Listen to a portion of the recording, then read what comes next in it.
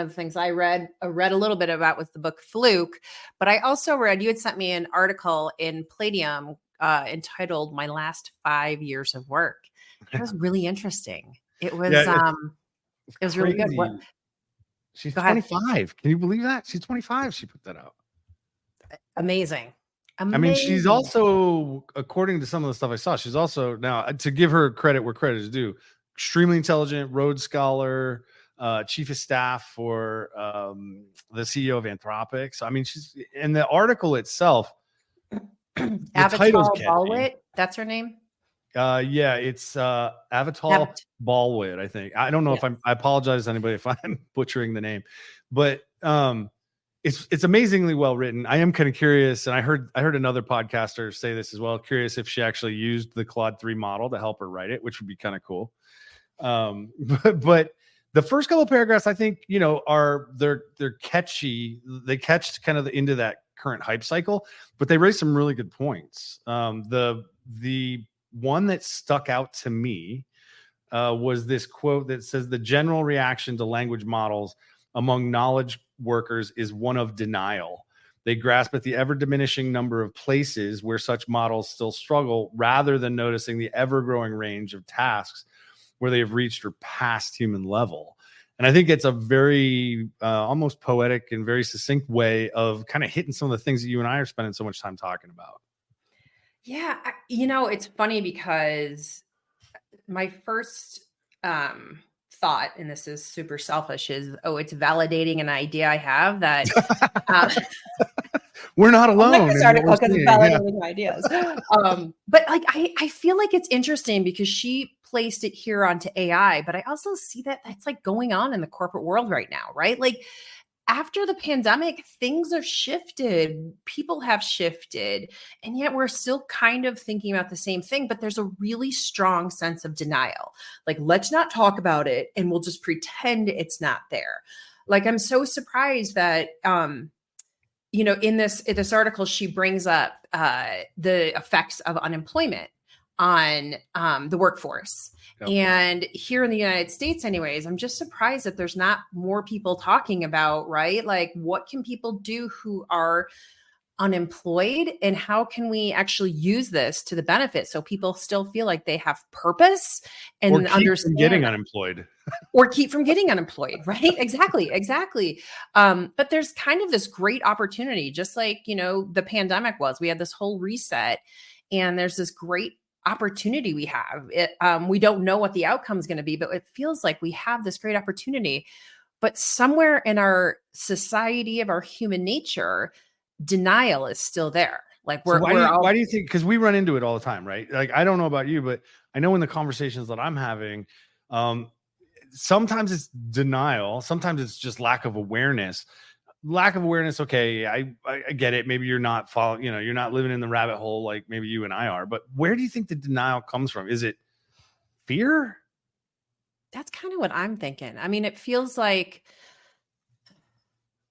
So let me give another example. I don't know. I guess fear does feel right, because like I think about like all the political divide that's going on all over the world right now too, right? There's really, really strong judgment, but there's this like big human being denial too of like, wait, we just don't have to buy into those systems anymore.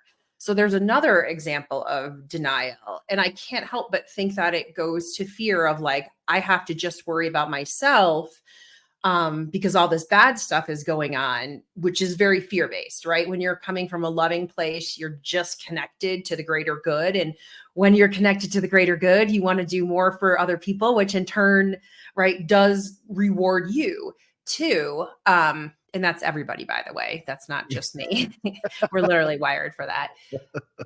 But I don't know. What do you, it's just so weird. The denial is like so big. Everybody sees it in so many different ways.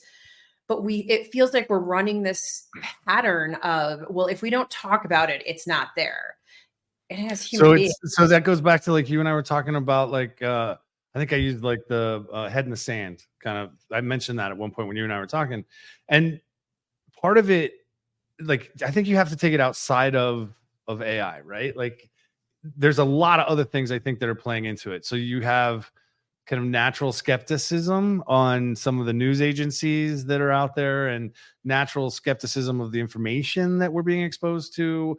I think there may be a natural distrust of technology, or we're getting so close to the sci-fi reality of AGI that you have a potentially sentient technology, and that's a lot to wrap your head around. There's a lot of You mean philosophical like technology that understands and is aware of things going on around it, so it can incorporate those learnings into true artificial general intelligence, self-aware, like the movie, the one that people talk about a lot. Did you ever see the movie Her with Joaquin Phoenix?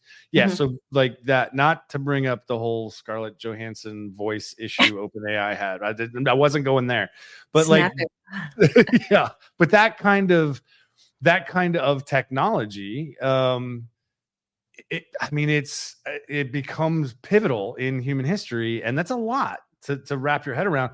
But then you also have, on top of that, you combine all that together, the potential personal impact that it can have on the real displacement of things. Like there's a huge amount of opportunity, but then there's also this, it's almost human nature to kind of look at the negative first, or at least in my experience, a lot of people go there first instead of really looking conversely, well, what is the opportunity? Not that I think we'll ever get to like there was a Star Trek episode, I think, where they found a utopian society where no one worked and everybody had the chance to enhance their better selves. And I don't know, that to me feels a little too woohoo for that sounds actually like a lot of hard work too. Like we actually like work as human beings. So fulfilling our purposes and feeling like we're contributing is actually, it's just a matter of, right, what we each personally want. But I do think that you're talking about something there. Like you said, oh, we go into fear first, that's like the first emotion you feel as a human being. Like as a tiny little baby, it's all about survival. But somehow it feels like we're really stuck there. Like we are like, oh, this stuff is going on. And we have these like invisible boundaries. And this is in AI, this is in society, this is in the workplace. It feels like we have these invisible boundaries that we're holding on ourselves, and we have to only stay in judgment and fear because that feeling is so strong, like something's wrong right now, but we're playing there.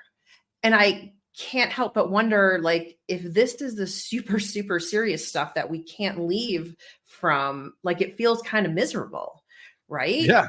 Like it can. I mean, think about we're not at war. Yes, we're leading to it, but all of we're not at war all over, or global war. But the feeling that people have is right. Like it could be leading to it if we only put our attention into war. And so it just makes me curious as people, like, why do we put these boundaries that, make us feel like we're being chased by a dinosaur and about to be eaten tomorrow, right? Instead of like, holy cow, we have great technology. We have a whole world who's looking for change, right? We got a global reset. That's amazing.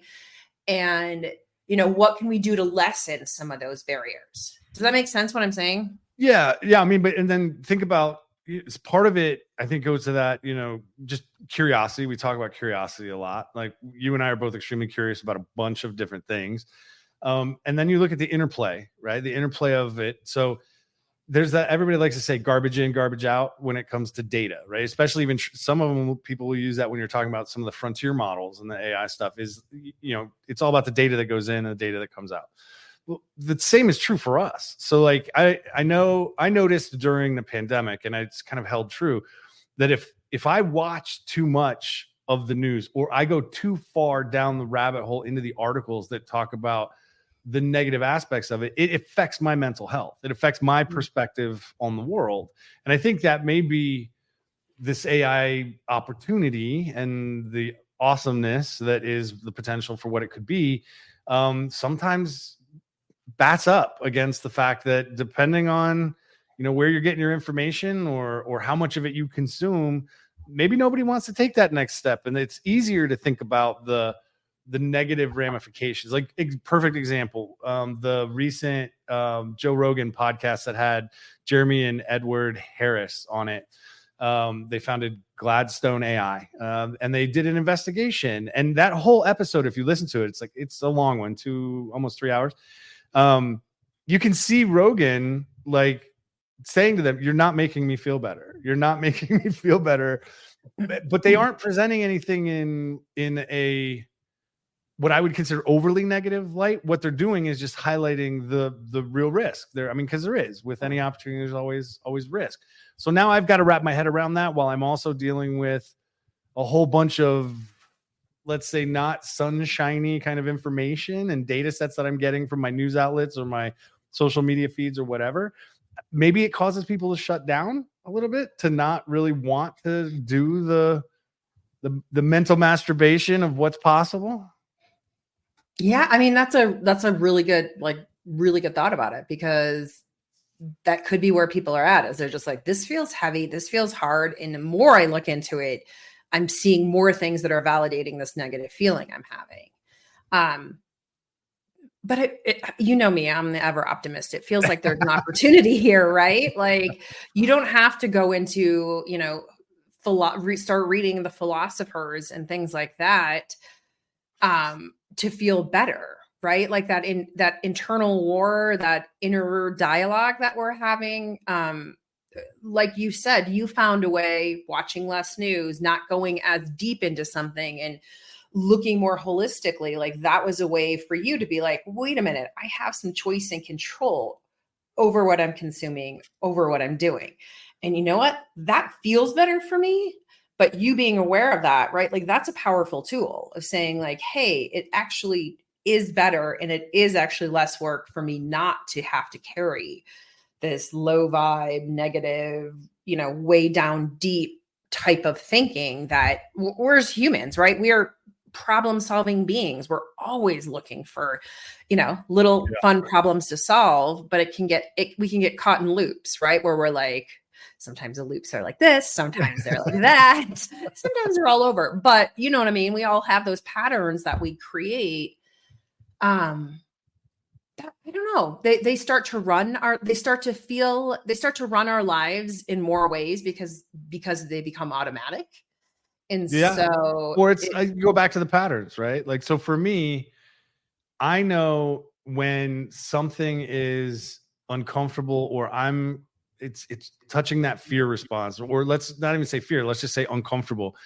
My natural inclination is to force myself to better understand it. Not only understand whatever that it is, let's say in this case AI, but also understand how I'm reacting. Like, how is it showing up in me? How's it showing up in my body, in my mental health, in the things that I may or may not be doing, right? And I dive in. Some people don't have that same approach.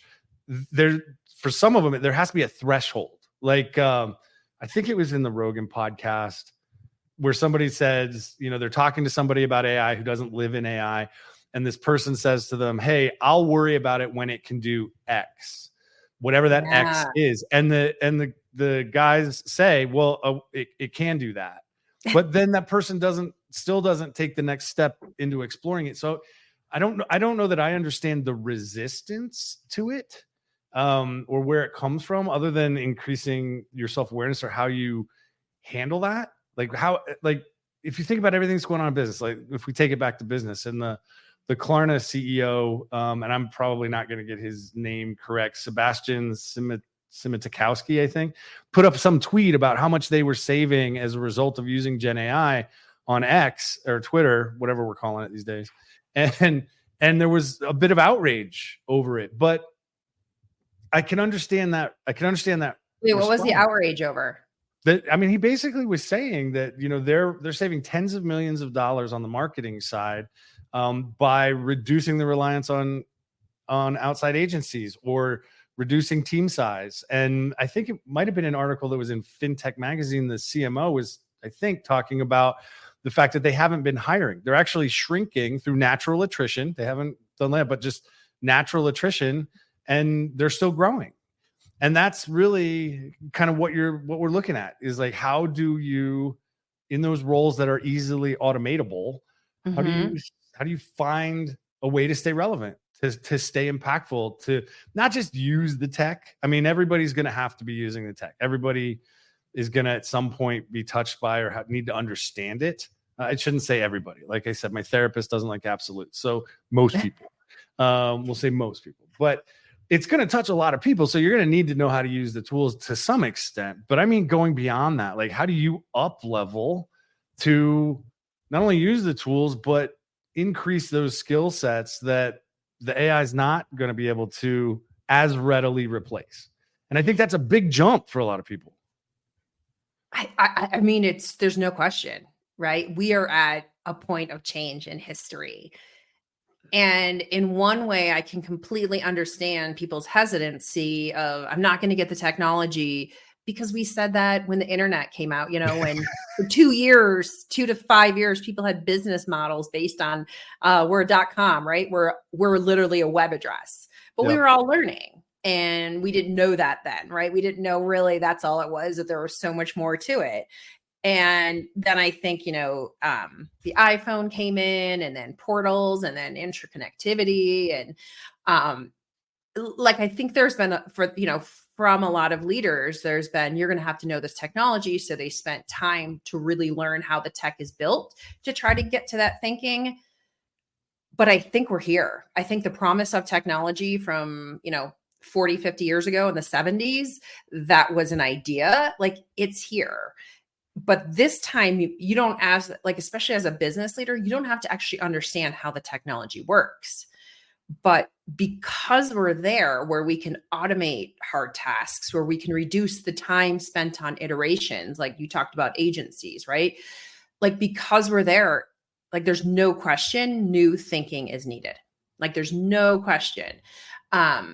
And that becomes a divide too, right? Like you and I mean, we've worked in agencies, we worked together in agencies.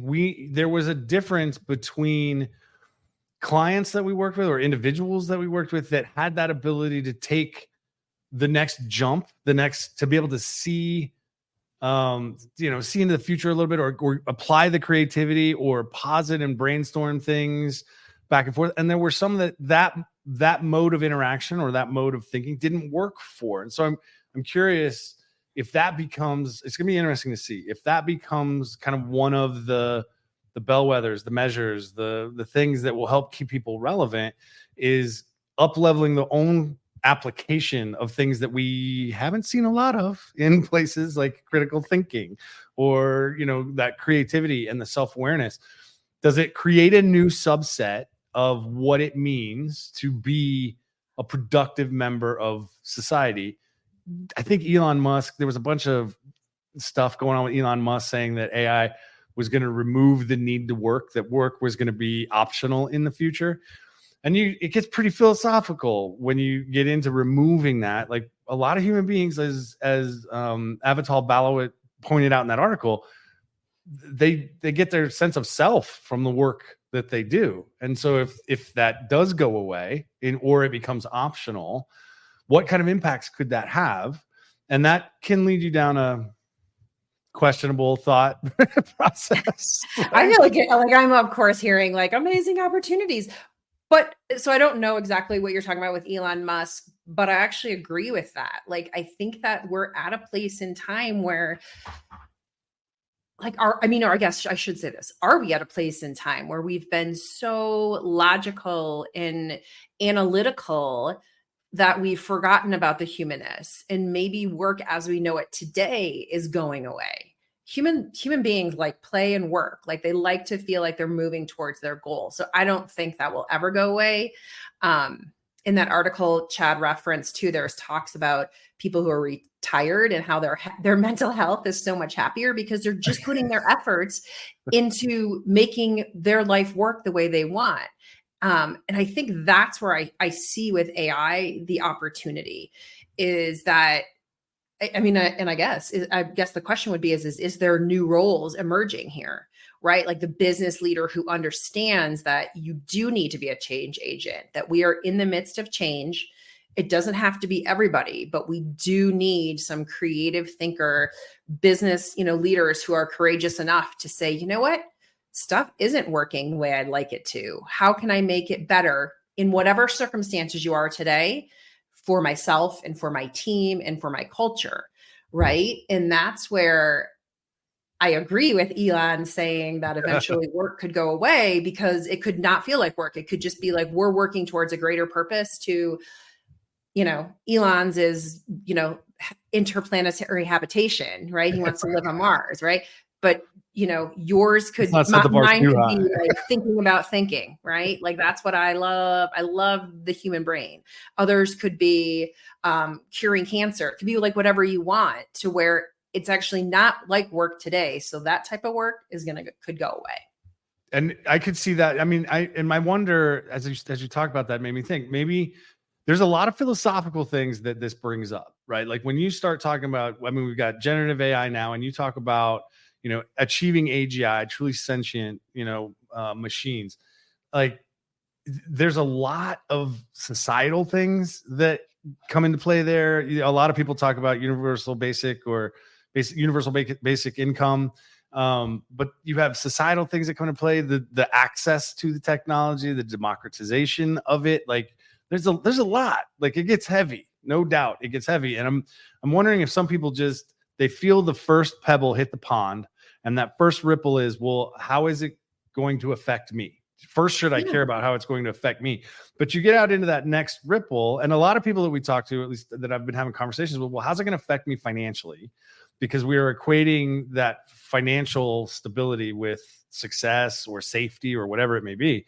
But the next ripple out is, how does it impact my community, my team inside of a business?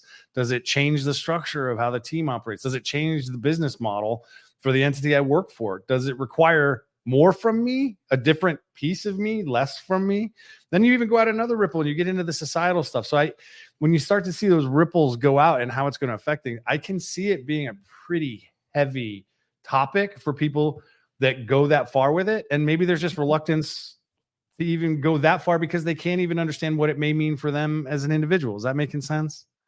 That is making sense. And that for me really feels like, wow, what a great opportunity to help people see how it will affect them, but it doesn't have to be scary or happen to them. Something else, even when you brought up your examples, that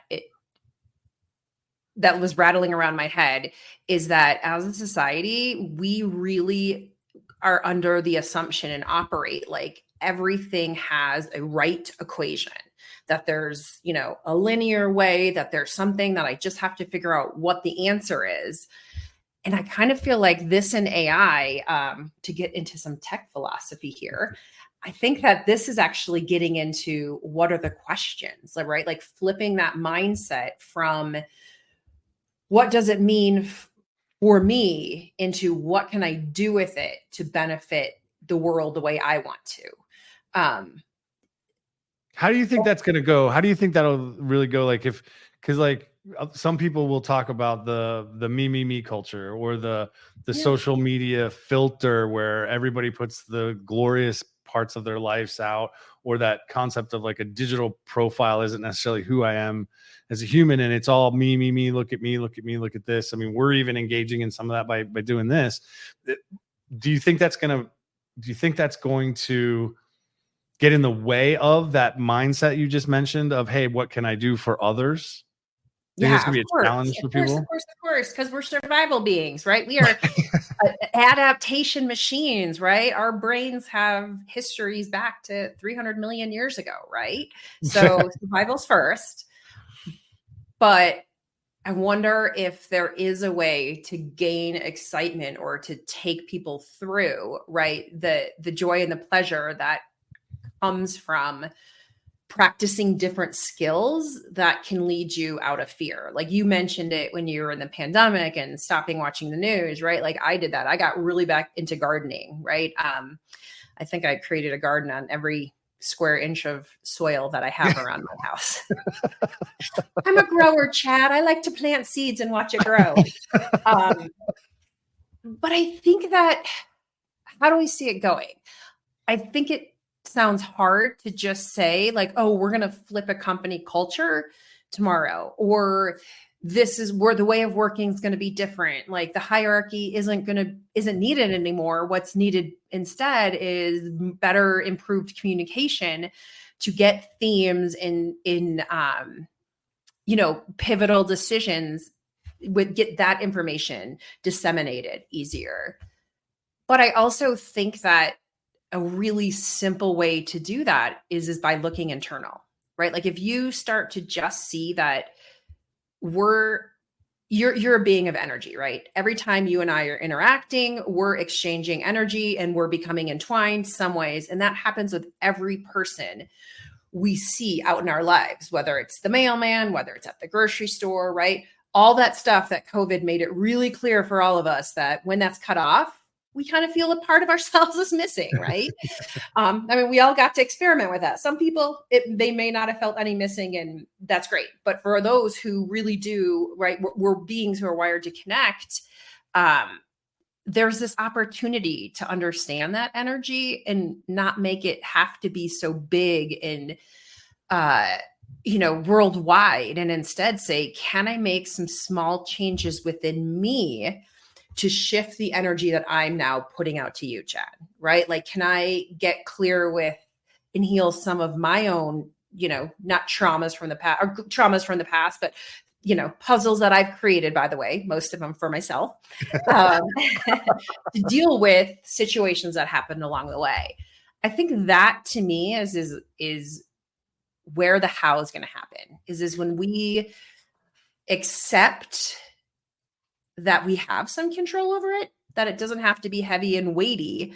I know words you kept using, but that it can actually be really tiny, simple moments of reprieve that we're giving ourselves internally.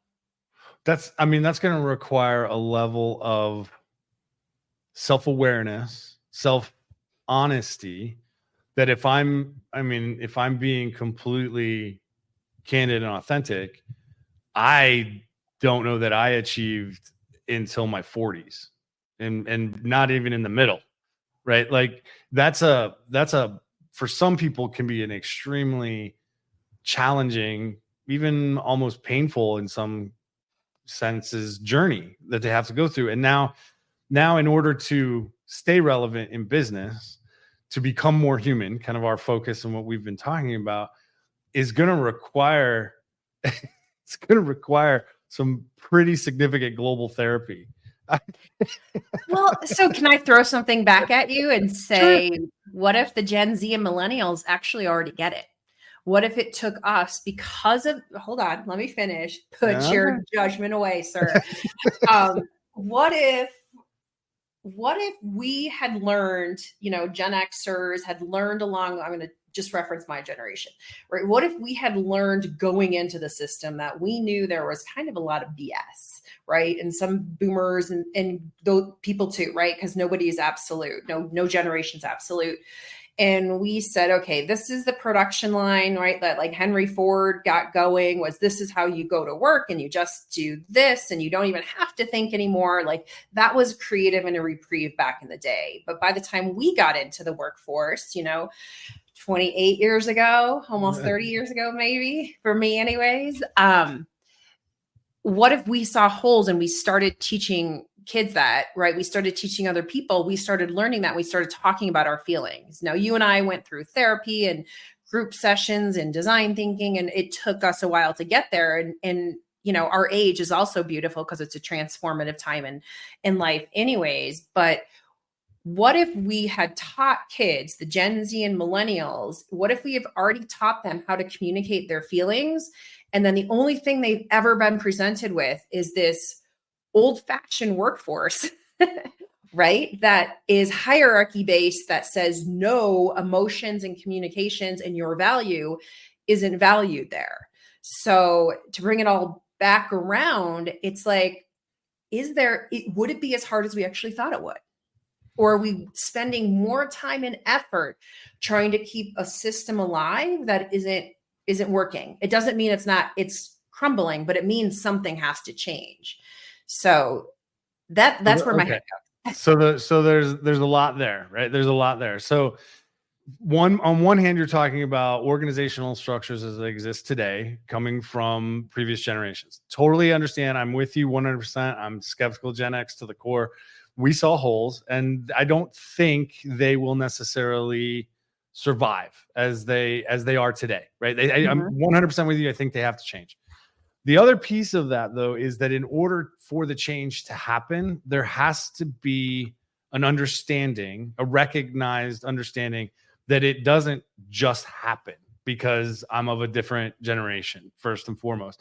And second, I think we have to be really careful, and this goes for everybody, that I don't know that anybody got it right. I don't know that anybody has it right. So like that word to me, like, you know, when you said like maybe Gen X, Gen Z got it right or getting it right, they're different. It's a different approach. Things will have to change. But I think right, just as much as the word wrong, is a judgment call in a lot of cases. Right. So for me, it's the underlying, what's the value, the values, the character of individuals. I don't care what generation you're in. I believe wholeheartedly that you have to understand that there is a need for work. Now, I don't necessarily mean business, but I'm talking about the application of energy towards change. Yeah. That has to be chosen. And it's not easy all the time.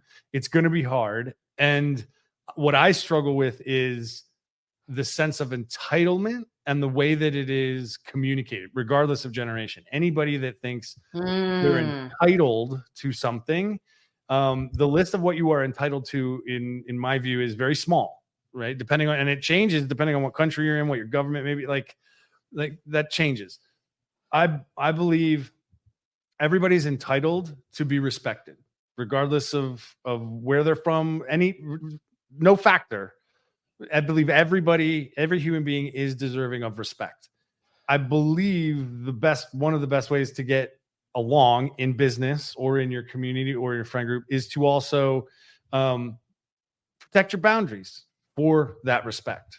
So that requires effective emotional communication to not protect those boundaries in a way that creates the perception of need for an aggressive response. Right. Or creates more boundaries by you trying to protect your boundaries. Because that doesn't end up boundary after boundary. Right? Right. Like your boundaries cause somebody else to build boundaries. And that's exactly what I'm saying. I like that thinking. And I'm not going to say you're right, but I wanted to. I guess the generational. I may not be right. I think there's something here of it's not only about noticing that something has to change. The world is full of people who are criticizing it's not working. But in order for change to happen, we each individually need to choose, and we need to choose on a regular basis that we understand change is happening and we're going to embrace it so we can better align with the change that's happening rather than resist it. So I guess to get back to your thinking is working on micro moments of choice and change and autonomy, right? If you think of ourselves as human beings, that feels really good to me to be like, I am in control of my life. So how do I create more opportunities for choice as a business leader so that I can actually start to find more opportunities to affect the energy that I'm putting out there and affect the energy that is being thrown at me at all times. And and I think there's also a need to understand the role that ego plays in it, right? There's this natural, kind of go back to the reptilian brain, right? Fight or flight or whatever we're calling those these days. There is a sense of I have to protect myself. I think that's natural for people. I'm wondering if, let's say we achieve AGI in the next 4 years as they're kind of predicting, just take that off the table for a second. Like, everybody's focused on that. Let's just look at the Gen AI stuff right now, the generative AI, and the changes that it's making. I think one of the pieces to stay relevant is the, I don't want to use the word sacrifice. Let's say the better modulation of the sense of self in the larger collective, in the larger, like, we have to, I think we probably should stop being as married to our own perception of what we should be, and make a better effort to understand what we are in a larger group. So that shift from perception, my self-perception, to perspective of a larger whole. I think social media, like people talk about it all, putting people in, everybody has their own reality. And we could get into the neuroscience, whether or not that's true. But at the end of the day, I think we all have a tendency with the things that we interface with to create our own little worlds. And I think in order for us to effectively seize the opportunities before us, it's going to require understanding that interconnectedness at a different level. Am I even close to making sense? I feel like I'm rambling at this point. You are rambling, but it's actually very beautiful. I like it. I like the rambling because you're really bringing up the fact that, one, we all have egos, and our egos are not us. Our egos are our super powerful, our superpower ways that we know are proven patterns of running. And that's why each person's pattern is different, right? What you consider a reward might be, right, a trigger for me for get the heck out of here. But I think that really brings up of the thinking that ego is just a pattern that's run. It's a really well-worn pattern, but it's not actually like you or your essence. And so by recognizing, one, what is your ego? And can you get curious about how did I find that, right? And can you get a breath or a space in between your essence and your ego? That's a pretty cool opportunity for leaders to look at, right? Like starting to see yourself from a little bit of that outsider perspective. Funny enough, by looking inward, right? I think that gives us an opportunity. And that's great because we all play roles, right? Like I'm a mom, I'm a volunteer, I'm a gardener, I'm a technologist, I'm a philosopher, I'm a hippie dancing fool, right? I love music. Like I'm all these things that have different roles anyways. But I can look at most of those roles and say, well, that's a sector of me. But for some reason, when it comes to my ego, it feels like it's so much more complicated and complex and complete me.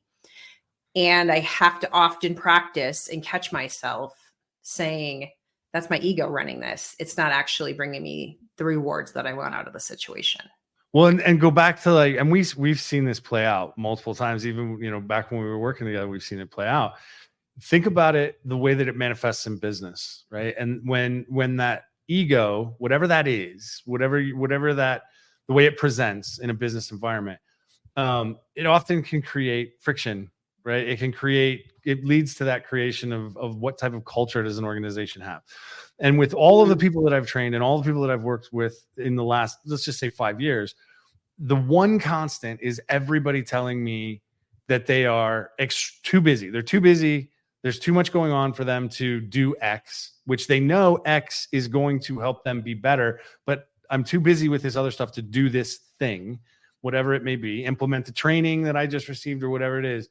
Or I feel overwhelmed, right? The sense of busy anxiety. To say, hey, I don't need to attend this meeting. Right. So yeah. Ego makes them go to it to be like, oh, I don't know why I'm going here, but I'm not going to ask it. I'm going to show up anyways. Yeah. Right. And so as a result of that, I think there's a big opportunity with this. I think of it as a very large change, very cataclysmic change, not cataclysmic. It's a negative. Let's say the birth of this opportunity. Ooh, I like that. Birth is hard. I like that. With the birth of this opportunity isn't going to be easy for companies to integrate, for individuals to, let's say, companies to integrate, teams to work with, or individuals to harness. And it's going to require work. So to go back to what we were talking about with the generational stuff, yes, communication for honest emotional communication for, say, Gen Z seems, based on my experience, and it is limited. So I don't know that I have a complete data set to make a true opinion on that. But in my perspective, it is more honest in some cases, their own honesty. But there also needs to be the effort put in to understand the world in which they are expressing that honesty, and how it may be taken, not as a judgment, but just understanding the receiver, of that communication has their own shit going on, and they, they're going to take it based from their perspective. So it's everybody expecting me to be the center of attention, rather than understanding you don't exist in a vacuum. Yeah. Like you're part of something bigger. Like you mentioned the ripples earlier, right? Like no doubt about it. We are machines that will make sure we're protecting ourselves. But the funniest thing is I think that it actually doesn't take more work when you start looking at the bigger perspective. I feel like it actually takes a lot of pressure off of yourself, right? Like when you're looking at, when you start taking some personal accountability and you just get curious, no judgments, right? Like, why do I do that? Or why does that person always do that? And you start getting curious about it. You can see, right, that it may not be, let me say, as negative or offensive if you think about the context why. Right. But the first thing you have to do is get curious and not let your ego say, I know that person. I've seen that person before. My ego has dealt with that. So therefore I'm going to just go and, assume that was bad intentions. But that does take personal accountability to say, I have the power within me. And that's any generation, like you said, to say, I have the power within me to understand that, this older person's context and view of the world is different than mine. Let me just be aware of how my communication affects them.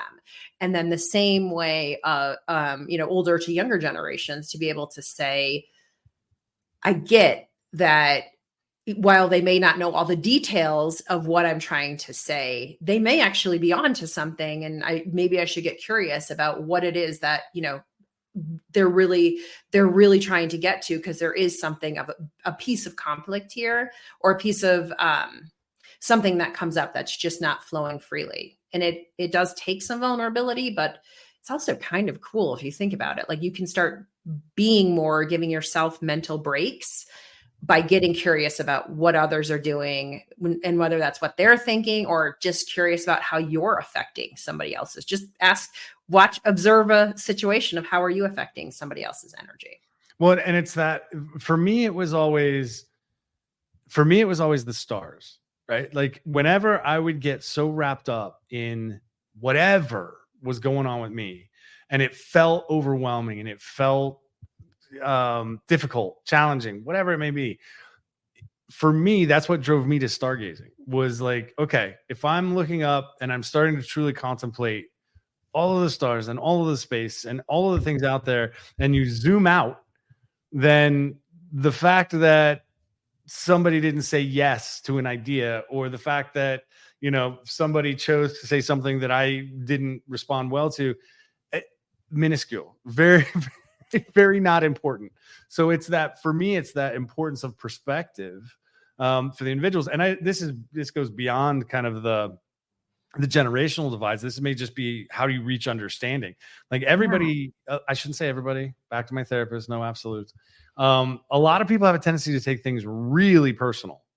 Like they take it, and sometimes you need to. I'm not saying that there isn't a reason to do that, but I feel like everybody takes everything way too personal these days, rather than from a place of contemplative understanding. Like, okay, why is that person saying that way? And why am I having the reaction I'm having? And thinking before we speak, right? And I think in business, that's going to become even more critical. Honesty's important. Contemplation is also critical. And contemplation beyond oneself in that business environment is also critical, I think. I mean, maybe I'm wrong. But you can't. That feels right. That really, again, no, absolutely. That feels good. That feels good. That the importance of taking a breath and seeing it, I can relate to what you were saying about the stargazing too. I look at the trees. I love being in like wild grasses and trees and the mountains, and watching how, when you're sitting in the middle of a forest and you start seeing the language of the trees work together, you start noticing the breeze and how they're all feeling it and how it's moving along. And it takes me out of myself, out of here, right? Yeah. Into up here, And it does give you space and perspective that you hadn't had before. But then but then I ask, what comes up for me is the internal stress, right? This that is always going on. Like, I don't have time to look up. I don't have time to go for a hike, even though I'm dealing with all this stuff in my head, when in reality, it's exactly what I need to release some stuff and give room for other things, or let other things come in, so you know what stuff isn't important anymore. But it gets to a point of like personal awareness and personal responsibility. Like, it's to be self-aware. Let's back up. So let's say if I want to activate my choice, my power of choice, and I want to activate it in a way that is positive for my team, if I'm in business, for the division, the organization, whatever, or positive for my community or the things that I'm in, then I have to take on the responsibility that power of choice gives me.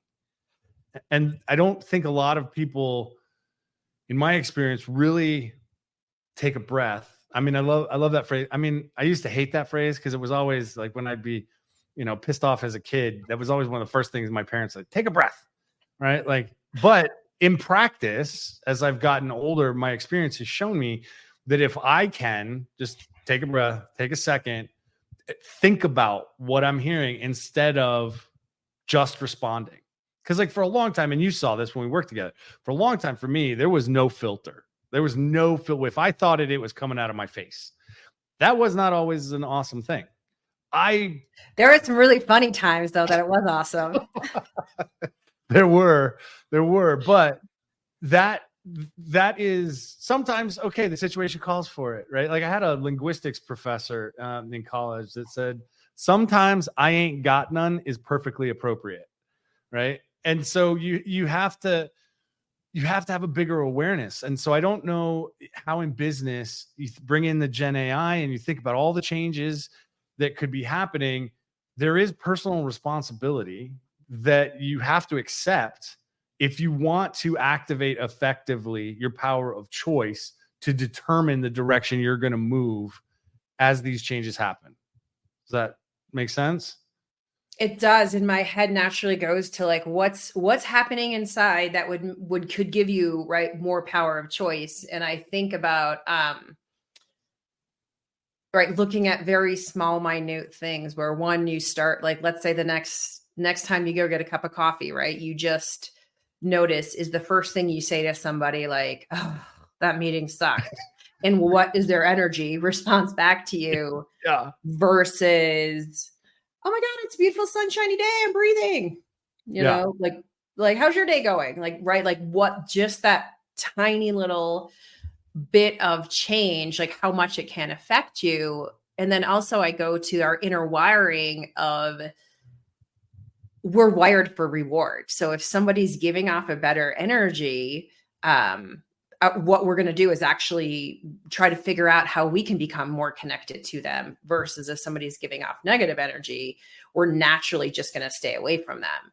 So like your parents said, right, that taking a breath actually connects your left and right brain thinking, and the physical act of connecting with your body to your mind, while it is just a breath, it's actually so physically important for your body, for your mind to connect with your body to say, is this a real stress, or is this something that it's just my thoughts are making it stressful? Yeah, absolutely. And if you bring it all the way kind of back, like there is a bigger challenge. Like, so when we talk about why aren't more people really leaning into and understanding what Gen AI could mean? And again, I go back to, nobody has all the answers. Things are moving and changing so fast that the joke I heard on one podcast was, I don't want to say, well, a month ago, and like I'm referring to ancient history, but in the speed of which things are changing, a month ago is ancient history. So now tie into that when we think about why are they resistant to really understanding what it means and doing the work, engaging mentally and intellectually in the way they need to harness the change. Put on top of that the speed at which the information we consume comes in, social media, text messages, emails, phone calls. I'm just talking digital at that point. I'm not even talking about dealing with, say, like contractors or other people, right? All the information we're taking in creates that sense of speed that's overwhelming, that a lot of people in business have told me makes them feel overwhelmed. And in response, they don't have the time to do something. They've made a choice to prioritize something else.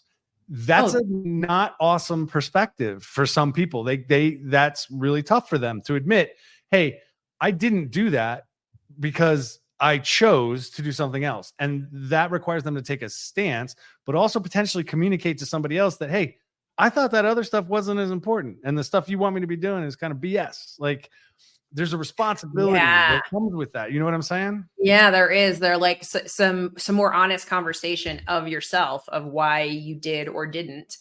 And then as leaders too, don't forget, like embracing this change means we actually also have to help our team members negotiate loss, right? Like as you're saying more things are going on. I watched a couple of my teams over the last couple of years just focus on prioritizations, which I think is actually incredible. But what was happening is prioritizations got stuck as not a point in time, and they're ever changing. And then you just kept learning new things that actually added to the steps. So what it takes is employees, us as individuals, saying, hey, okay, I think that this is where I'm seeing what's wrong. Here's what I want to work on.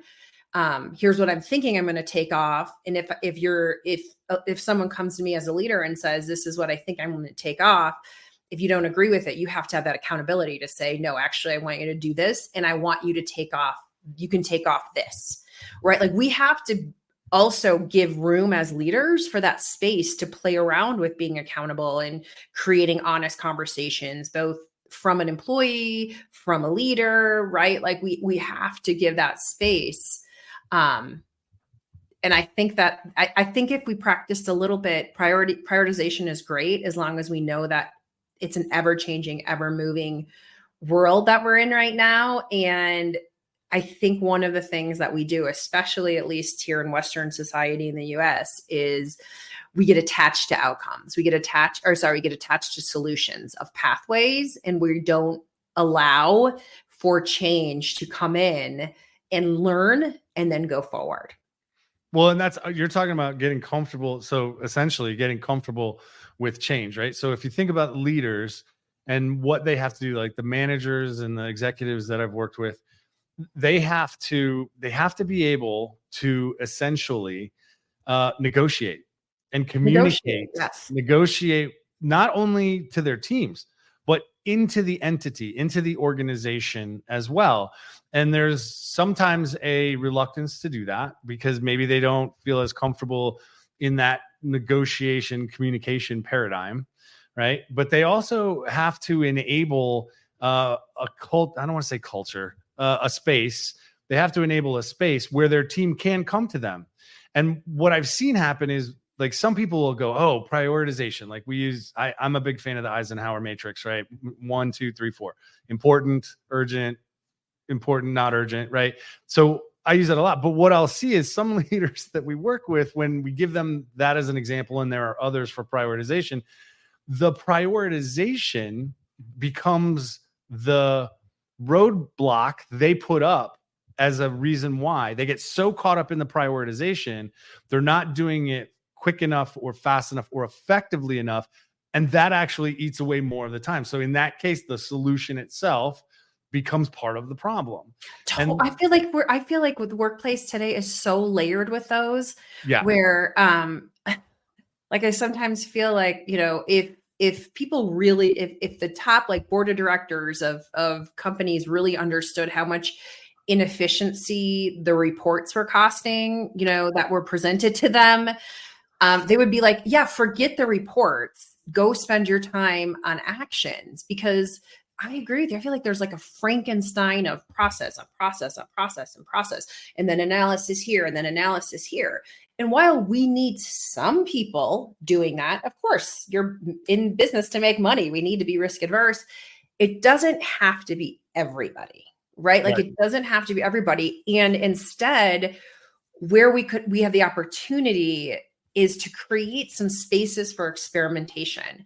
And I'm not talking about doing anything different. That's another big thing. I think that Chad and I are both like, it is not about adding another framework, adding another steps to your day. It's not. It's about being different. It's about how can we as leaders show up and look at areas of experimentation, right? When you ask your one of your team members a question and they give you a completely different question than you were expecting, can you give yourself 30 seconds to say, wow, I was expecting something totally different.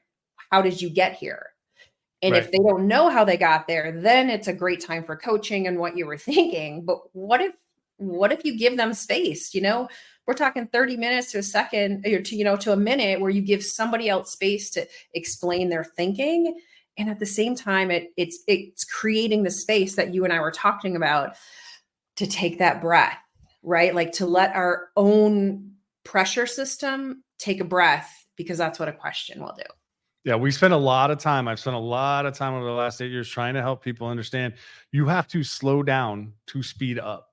Like Mm-hmm. if you don't take control, like one of the phrases I always use is if you don't control your calendar, it's going to control you.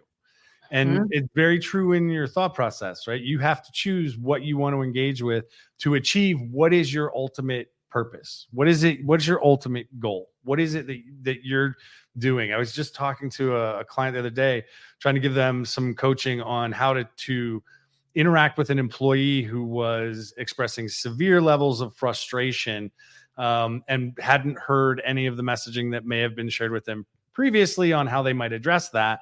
And I always start with, well, have you asked them what it is they're trying to accomplish? Where do they want to go? Not in business, not in work, Yeah. but what is their purpose? Because look, if they ever this is where my Gen X skepticism comes in. If they ever get around to universal income, which I find that really funny, if they ever get around to that, and you didn't have to work, some people wouldn't. Some people would still want to. So there's a reason that they're there. Could be they want to put kids through school. Could be they want to provide, benefits for their family. Whatever it is, there's some purpose, some greater purpose. So start there and then help them understand, the context that you were in 5 years ago or 3 years ago or 2 years ago when you started is not the same context you're in now, because the organization isn't the same. The entity isn't the same. The technologies aren't the same. The Yeah. people aren't the same. So the context has changed. And if you're not fluid, if you're not self-aware enough to understand that, hey, it's natural for organizational context or team context to change to a point where you aren't going to get what you need out of it, and you need to make that choice to move on, or you need to make the choice to change to stay relevant if it's a company you want to be a part of. That's a choice. It's a responsibility that each individual has. And I don't think enough leaders are spending the time to work with their teams in that way, because they're so focused on dealing with, I got to get this done, the prioritization. They asked me for this report. I got to go to this meeting. Things are moving too fast. And so that concept of slow down to speed up, it's so simple, but so difficult, I think, for many people to put into play, because when you peel back the covers, there's a hell of a lot there. There is a hell of a lot there, but like if you pull back the covers, it's like, right? Like I share this with my kids all the time. When you turn a light on in the closet, the monsters go away, right? If you shine a light on the stuff that is like causing you issues, I feel like it goes away. And I like that concept of asking people what they think. Now, you don't need to do it in every meeting. I don't think you need to do it all the time, but what you need to do is make sure that you're understanding, that you feel like you have a good human to human level, that you have empathy for what that person's trying to accomplish, right? And then because by doing that, you'll actually see how that person is important or not important for you to fulfill your own desires, right? There's a saying in neuroscience, right? Those who wire together, or those who fire together, wire together. Meaning that when you find like-minded individuals, right? My tribe, so to speak, right? That is who it's naturally you're aligned with already. And the truth is we're not going to be aligned with everybody, But if we start getting to where each person understands a little bit more about their purpose and how they relate to the people around them, all of a sudden what we're creating is like, hey, wow, we actually, somebody wants to climb mountains on my team. Somebody else wants to travel, right? Somebody else wants to just make a lot of money so that they can give their kids whatever they want, right? Whatever your goals are, like when you start understanding that, it just becomes more harmonious. And the hippie in me is like, and happiness, people, like, let's just figure out. And then it makes it easier to understand why you may not want to work with certain people and why you may want to work with others. And I am not saying you don't work with those people. I'm just saying you give yourself a little break of why this person might be harder to work with than that person or than a different person, because your priorities just aren't aligned. And it will naturally fade out that you don't work together. That's one of the good things about being older is you see that the patterns of human behavior really do work out for what's best for you. So we don't have to feel like we're going to be trapped where we are forever. Yeah, that was an absolutely awesome conversation. Yes.